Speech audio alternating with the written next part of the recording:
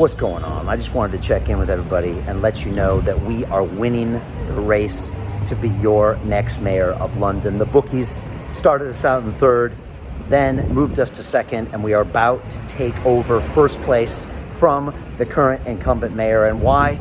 Well, I think it all comes down to a few simple things. First of all, we are the only candidate that's actually telling the truth. You know, it sounds like a novel thing to do, but we have been speaking the truth the entire year of 2020. A lot of you know that, and you've been following our content. Also, we are speaking sense. We are talking about getting London back to work, about having a proportionate response to the virus, and about putting science first. We are looking forward on May 7th to moving into City Hall and starting to make all the decisions that we know we should make, but it's the opposite of what we've been told by our governments, by our mainstream media, and by our technology platforms who continue to censor our messages. Today, I had Dr. Martin Kulldorff of Harvard Medical School on my platform, the Digital Freedom Platform, because we couldn't stream this conversation on YouTube. He was one of the authors of the Great Barrington Declaration that talked about this concept of focused protection. Let's protect those in our care homes and those elderly and those with conditions, but let's allow the younger generation to get out there and work. Let's open up our restaurants. Let's open up our museums. Let's open up our theaters, and let's get everything back to normal. Dr. Kulldorff has been saying this since April, but he's been censored. And he said, Brian, I can't understand why the government, who had plans for pandemics for the past 10 or 20 years that he worked on, scrapped them all and started cherry picking the science that fit their agendas. Their agenda, to me, seems to be driving our livelihood into the ground, driving our mental health into the ground, driving our children's futures into the ground. I have a 16-year-old daughter. They're calling it Generation COVID.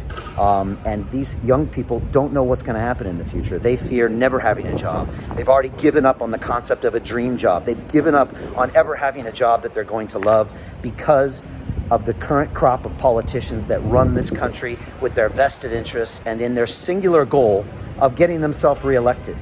And it's time we change all that. It's time we take London in a new direction. It's time we bring in some new blood that comes from an entrepreneurial background. I'm used to running a fiscally responsible business. I'm used to holding people accountable, and that's exactly what I'm going to do in this city. But I'm also going to do one other thing that our current politicians aren't doing. I'm going to do something which sounds novel for a politician. My job is to serve you. That's it. It's to find out what is in the best interest of our 9 million citizens here and to serve you and to do the things that are going to make your lives better, to make your businesses better, to make your health better, to make your education better, to make your children's futures better. That's my pledge to you as your next mayor of London. On May 7th, we all collectively will be moving into City Hall.